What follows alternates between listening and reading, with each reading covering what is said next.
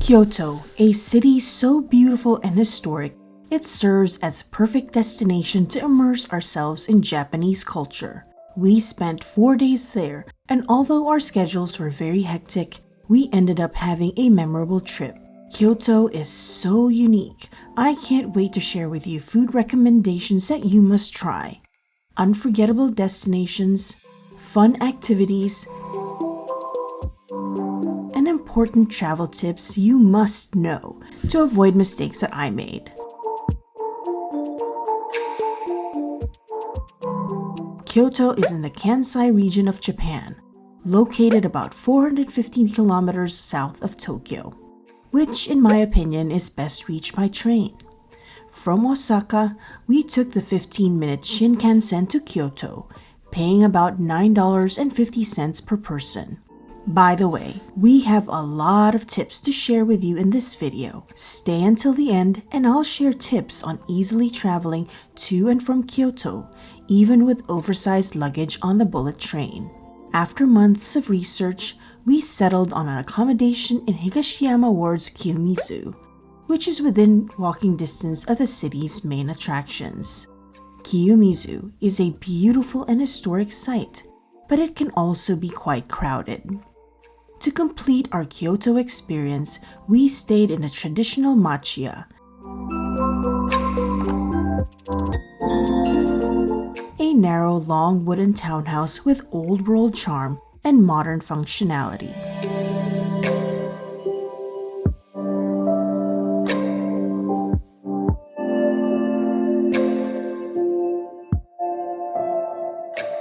To our surprise, we couldn't hear any of the noise that was happening outside of our Machiya. It was completely silent.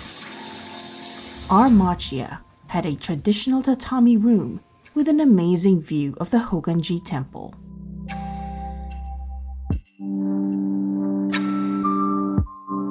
Sanenzaka, a historic cobblestone street lined with old wooden Machiya houses, charming shops, and tea houses, was just at our doorstep. My favorite shop here was Konnyaku Shabon, where they sell unique balls of jelly soap that smelled divine. Sanenzaka is one of the most popular destinations in Kyoto, and during peak seasons such as in the spring or summer, this street gets extremely crowded. But we came during what the locals called the low season and the crowds were manageable.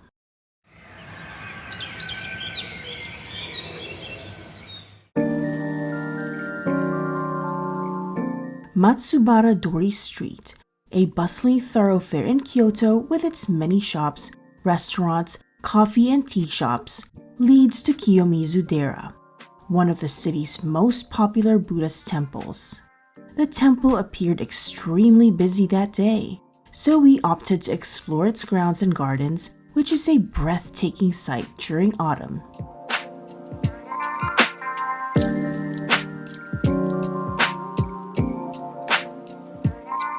We then walked to Kiyomizu-zaka, a quieter street nearby, with charming shops and cafes including Ichimaru's, where we savored coffee floats, matcha ice cream, strawberry dango, and my favorite snack, mitarashi dango. On our way to see temples close by, we strolled along Ninanzaka, another popular street lined with traditional Machiya, charming stores, and tea and coffee shops. Up the hill from Kiyomizu, we visited Ryozen Kannon, a solemn Buddhist monument dedicated to the souls of soldiers who died during wartime. It features a towering statue of Kannon, the goddess of mercy, and the wishing precious stone, believed to grant wishes if you circle the stone with your right hand on it as you silently make your wish. Adrian captured the garden's beauty in pictures, while I explored the statue's interior that provided dedicated areas for worship and reflection. We really appreciate you following our travels. If you haven't already, please give us a thumbs up or subscribe to our channel for more helpful and awesome travel content. We really do appreciate it. And please do not hesitate to drop us a comment. We love hearing from you. Kodaiji Temple was just down the hill from Ryozen Kannon, and we couldn't help but notice the tranquil and beautiful temple. Kodaiji Temple, founded in 1605 by Toyotomi Hideyoshi, Japan's famous warlord and great unifier, is a peaceful retreat with beautifully landscaped gardens, tea houses, and historic architecture. Kodaiji is a must-visit destination, especially at night, and especially in autumn. I can't wait to show you later in the video why this is so. You won't want to miss it.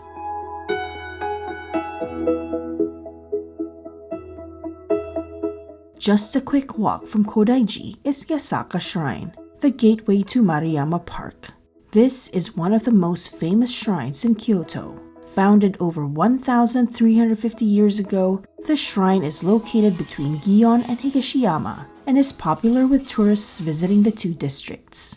In front of the shrine's main hall stands a dance stage with hundreds of lanterns lit in the evenings. Each lantern bears the name of a local business. Here is a top tip. Temples in Japan have opening and closing hours, while shrines never close. Just steps away from the shrine is a food market selling popular street food such as bamboo shoots, yakitori, noodles, and freshly made taiyaki, a fish-shaped pastry with a plain or flavored custard or red bean filling. Afterwards, we walked across the Kamo River and continued on to Nijō-Dori Street. Nijō-Dori Street is a bustling main street that combines modern and traditional shops, department stores, and food stores. My favorite shop here is Maikoto, with their adorable and delicious candy.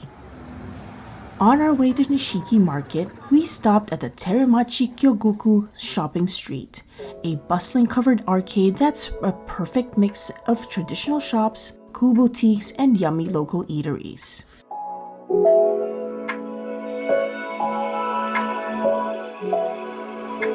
And just a few steps away is the famous Nishiki Market, also known as Kyoto's Kitchen, which we enjoyed walking through. The market is a lively, narrow shopping street that's over 400 meters long. It's a foodie's paradise, where you can find fresh produce,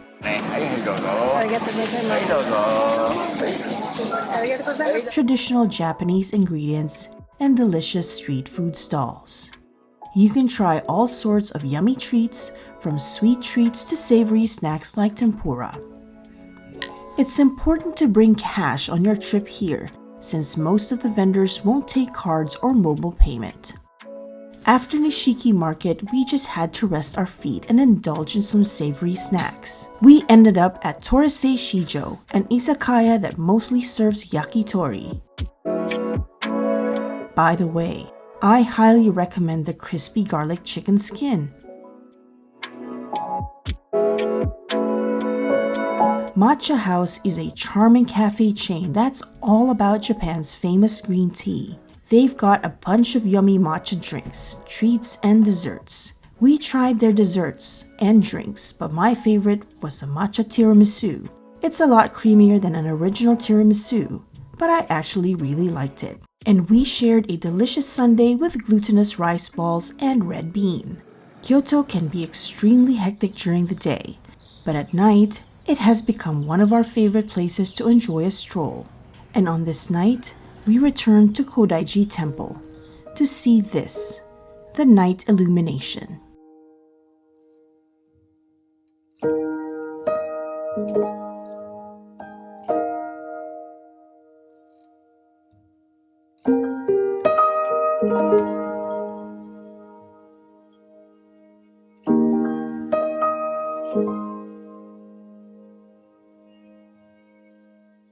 Kodaiji Temple's night illumination transforms its gardens and architecture into a magical spectacle. During select seasons like autumn, the serene Zen gardens, ancient trees, and iconic structures are bathed in soft, warm lighting, creating a mesmerizing contrast against the night sky.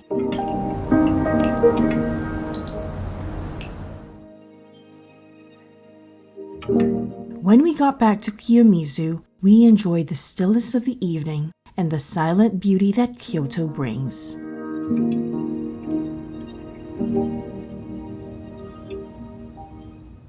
The following morning, we got up early to see the sunrise at Kiyomizu-dera. Waiting for the Kiyomizu-dera to open. It's almost 6 a.m. As soon as we got in, I was told that we couldn't get access to the temple because we didn't have cash. They only accepted cash, and there were no cash machines close by.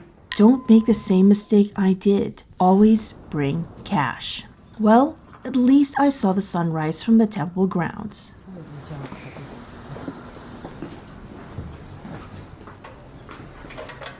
Starbucks in Ninazaka is probably one of the most unique ones you'll ever visit. Set in a traditional Machiya, it's a perfect blend of old and new.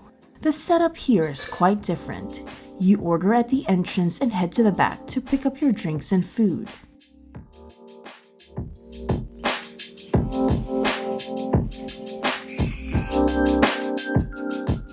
Upstairs is a tatami room where you can enjoy drinks and delicious food. I myself enjoyed sitting on the floor. If you can, get here early. It gets very busy and seats inside can be hard to find.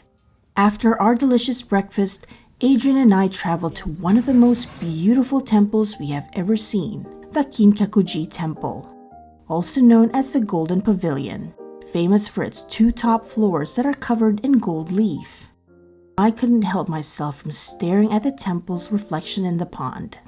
Unfortunately, visitors aren't allowed to go inside the temple, but we didn't mind. We spent plenty of time in the beautiful garden, and it was just as magical. If you're planning to visit the Kinkaku-ji Temple, try to get there early when it opens at 9 a.m. or just before it closes at 5. That way, you can get an unobstructed view of the temple, and you can explore the shops and pay your respects at the other temple that's past the garden.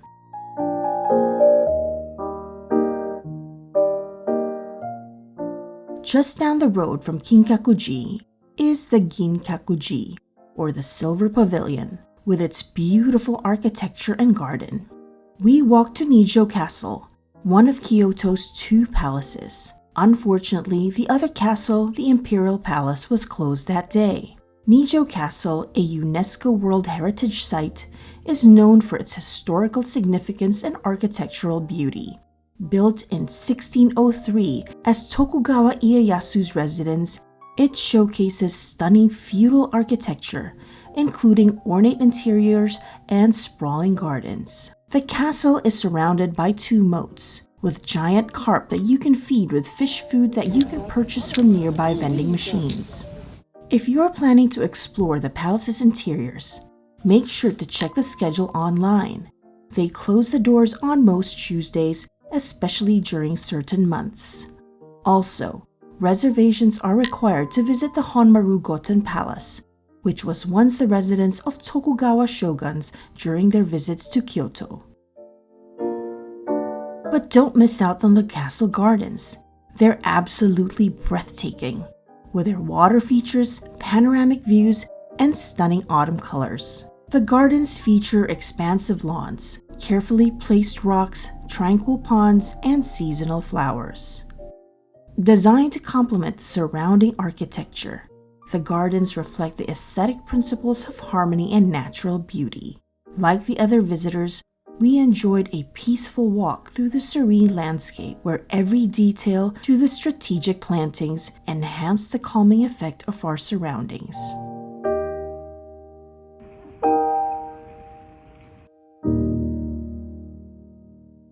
One of the things I miss most about Japan are the convenient vending machines everywhere.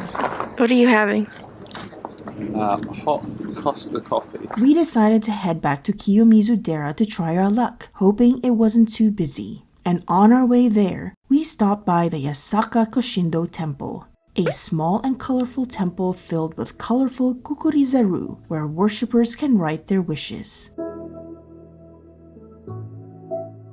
And let's talk about the famous Yasaka Pagoda, officially known as the Hokan-ji Temple. This 5-story wooden pagoda is the last remaining structure of a 6th century temple complex known as Hokan-ji. It was burned down in 1179 and rebuilt in 1191. It's a famous landmark in Kyoto and a favorite among tourists. I considered ourselves lucky to see it from our Machiya's window every day and every night. Thankfully, that afternoon, the crowds at Kiyomizu-dera seemed to have thinned out, and we were able to finally get in, and I was so glad we did.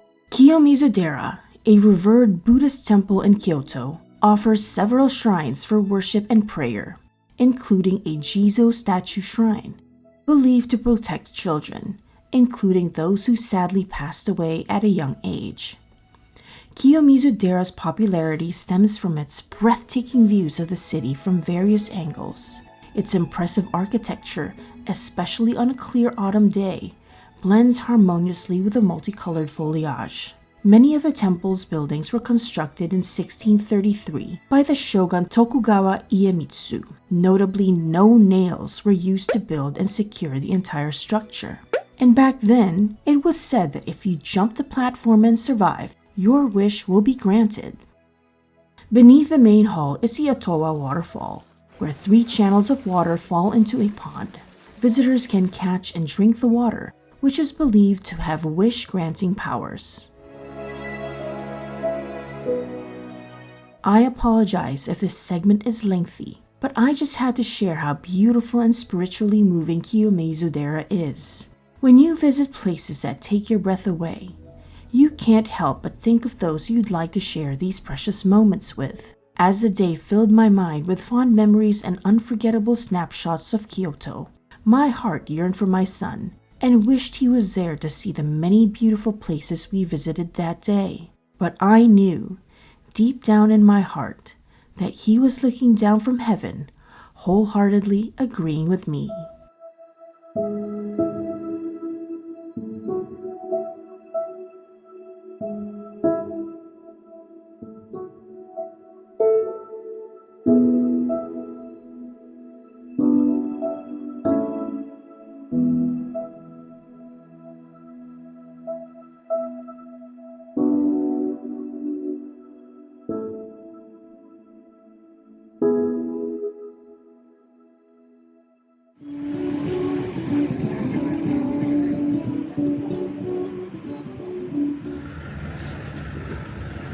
Downtown Kyoto, a vibrant fusion of modernity and tradition, features bustling shopping, lively cafes, and historical landmarks.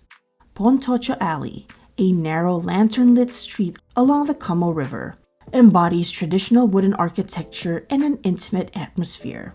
It offers exquisite and casual dining every day and every night, yet it transforms into a captivating cultural hub in the evenings. Adrian and I had dinner at Teppanyaki Niyama in nearby Kiyamachi-dori, where the service was excellent and the food and sake blew us away. Oh, that is delicious. Thank you very much. Kyoto. Kobe.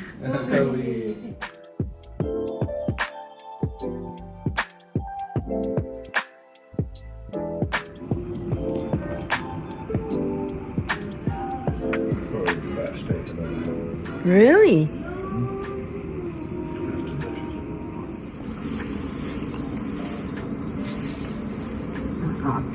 Good, huh? It just melts in your mouth. We spent the following day enjoying an amazing day trip to Nara. If you wish to see how we made the most of our trip to Nara, please click on the link in the description. Like us, you will fall in love with Nara and the deer. On our 4th day, we woke up the crack of dawn to avoid the usual crowds at another popular tourist spot, the Arashiyama Bamboo Grove.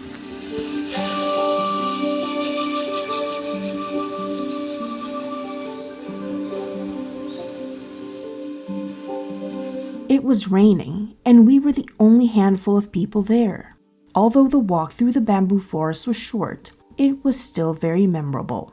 Bread, espresso, and Arashiyama Garden is a breakfast spot that we highly recommend. Formerly the residence of the Kobayashi family, the restaurant exudes a homely feel with its tatami rooms and dining table. To protect the floors and as a sign of respect for someone's home, we had to take our shoes off. I have to say that the food and drinks were very impressive as well, with its healthy options and deliciously satisfying hot drinks. The Sagano Romantic Train, also known as the Sagano Scenic Railway, is a memorable way to take a scenic ride along the Hozu River. You'll get to see gorgeous forests, dramatic cliffs, and all sorts of seasonal changes, like the beautiful cherry blossoms in spring and the colorful autumn leaves. The ride is only 25 minutes long. We decided to take the train from Arashiyama because it was just a short walk from the bamboo grove. And as we enjoyed the ride, our train conductor even serenaded us. On the way to Kameoka, we rode the rich car, an open-air carriage with a glass roof. It was a great way to enjoy the views. When we got to Kameoka, the place was packed, so we decided to leave the station right away. Kameoka is a really quiet city, so we just sat back and enjoyed the scenic views of the Hozu River while we waited for our train back to Arashiyama. On the way back, we took car number 1, which had windows. Even on a cold and windy day, the views were still breathtaking.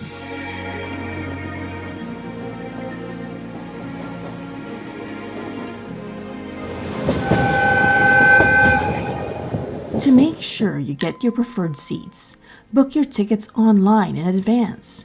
It's really popular, so you don't want to miss out. And it's important to know that tickets quickly sell out for Sakura season and in the autumn when the colors of the leaves change. As we walked through the bamboo forest, we noticed how much busier it already was. And as if on cue, the rain started to pour as we made our way to Tenryu-ji Temple. Tenryu-ji Temple is a renowned Zen Buddhist temple founded in 1339 by the Ashikaga shogunate. It is famous for its beautiful landscape garden, designed by the monk Musoso Seki, which integrates harmoniously with the surrounding natural scenery. The temple, a UNESCO World Heritage Site, is dedicated to the teachings of Zen and remains an important spiritual and cultural landmark. Its tranquil atmosphere, especially when viewed from the main hall or garden, provides a glimpse into the deep historical and spiritual heritage of Kyoto. Just when we were beginning to enjoy the sunshine, the rain came back, but we didn't mind it. The rain was actually pretty calming.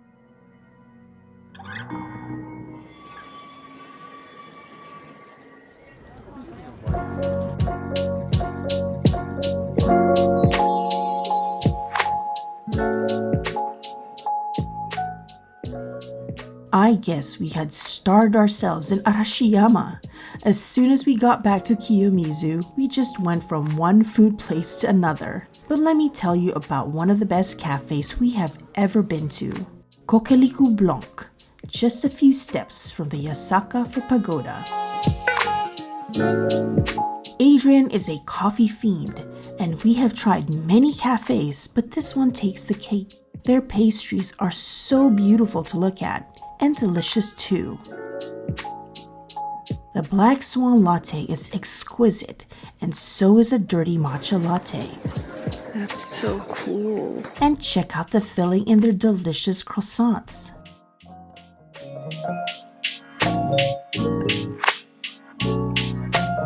And if you're up for something unique, try these cloud-shaped desserts from Kumonocha. What? Cold. Strawberry. Mine has red bean in the middle. So, what happened on day 5?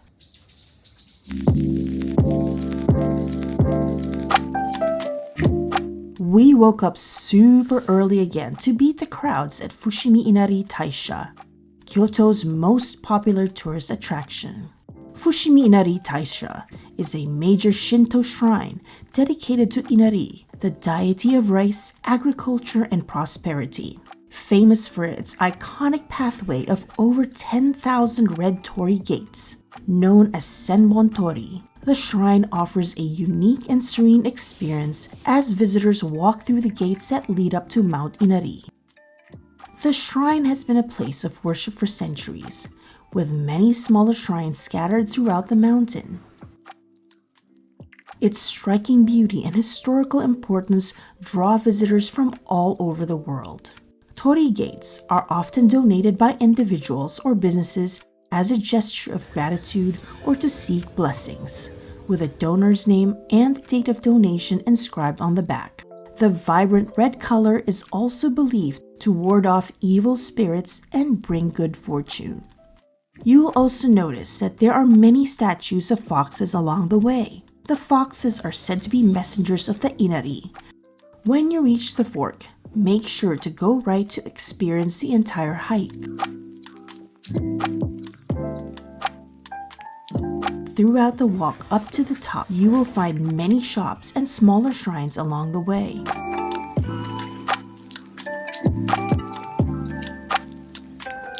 Just a reminder that this hike involves a lot of stairs to climb, but it's very rewarding, and there's even a nice vista point overlooking the city before reaching the peak. This hike will take about 1 hour to 2 hours. But it's beautiful. Before reaching the peak, there are a few tea houses that were perfect for breaks. However, in order to use the seats in the shops, you must order something.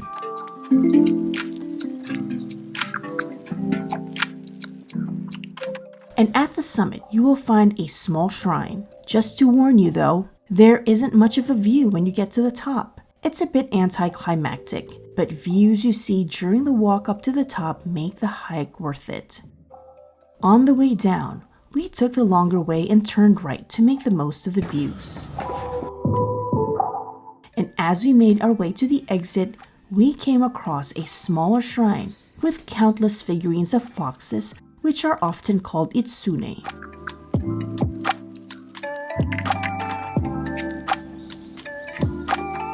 See how much busier it got? We were only there for a couple of hours. Right before leaving the shrine, you will see a bustling food market with tons of delicious options. Make sure to sample some of the popular street food like dango, takoyaki, yakitori,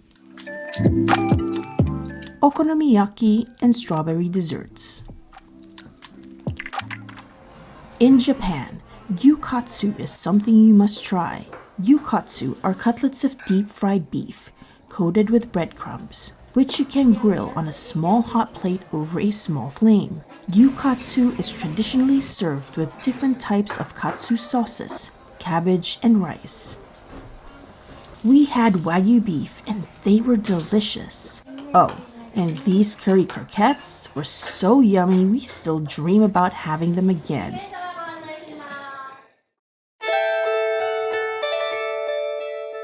Like many of you, we had heard of Gion District before. It's a place known as the Geisha District where geisha and maiko were once known to have entertained their guests. We walked down Hanamikoji-dori, a charming street known for its traditional Maccha houses, tea houses, and historic ambiance. We strolled along the cobbled path, soaking in the old world atmosphere while experiencing the beauty of one of Kyoto's most iconic locations.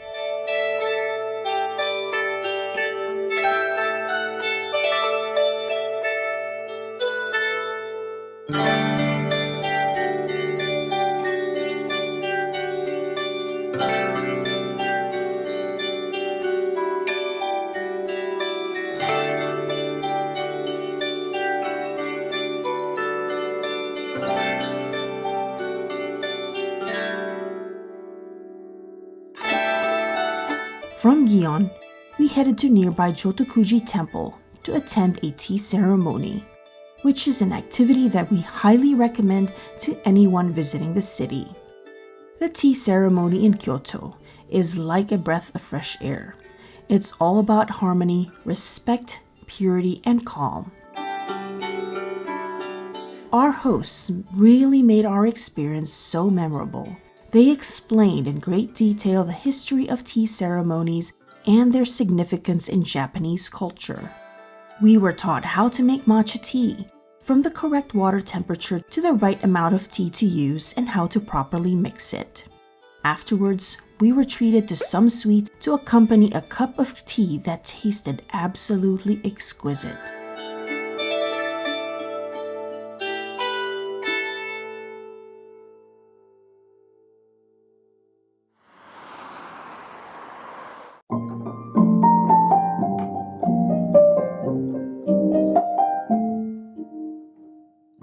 On our way back, we came across Chion-In, a historic Buddhist temple in Kyoto, renowned for its massive gate, tranquil gardens, and as the head temple of the Jodo sect of the Japanese Buddhism.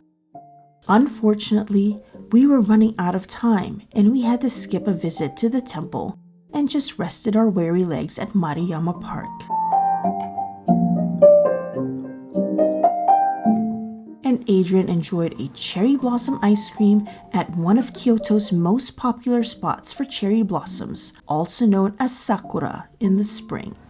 Speaking of cherry blossoms, I recommend checking the annual online forecast for cherry blossom season in Japan. Sakura season is short, about 2 weeks, so knowing the forecasted dates is crucial to make the most of your trip. I'll share the link in the description. Kyoto, no matter what time of the year, gets really crowded due to its popularity. And if you want to enjoy places and activities without the stress of swimming through crowds, we highly suggest getting started early. We did this every day, and it definitely helped us see and enjoy as many sights as possible. Getting around Kyoto isn't hard, even if it doesn't have a train network as abundant as Tokyo or Osaka's. There are plenty of transportation options. There are buses and trains in most areas. I recommend downloading an IC app that will allow you to pay for your bus and train fares with your phone. It's much easier to use and you can budget accordingly. You can also use the Randen, or Keifuku Electric Railroad, a scenic tram line that connects the city center to Arashiyama, with great views of forests and temples. Taxis are everywhere in Kyoto. However, not all of them accept credit cards like they do in Osaka and Tokyo, and also have the address that you'd like to go to in Japanese, so that it'll be easy to communicate with the driver and you can avoid being taken to the wrong place. I also suggest using the Uber app for booking taxis, especially if you don't have cash or if you'd like to know how much a trip would cost you in advance. Uber works with the local taxi drivers as well, and they are pretty quick to arrive. But also be aware that taxis cannot take you to certain places due to certain restrictions.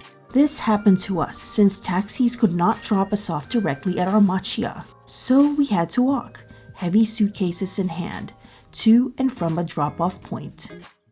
And don't forget to bring cash everywhere you go to in Kyoto. Cash is still the preferred payment here. And also, don't lose your hotel key. Here in Japan, most hotels will charge you for lost hotel key cards, which I think is great since it reduces waste. Kyoto, especially in certain areas like Kiyomizu and Fushimi Inari, involves a lot of stair climbing and walking. Make sure to wear comfortable shoes.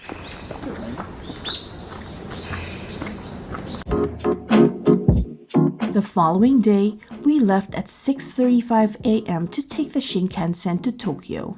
And this time, we made sure to buy Eki-ben at the station before we got on the train. Have you heard of Eki-ben?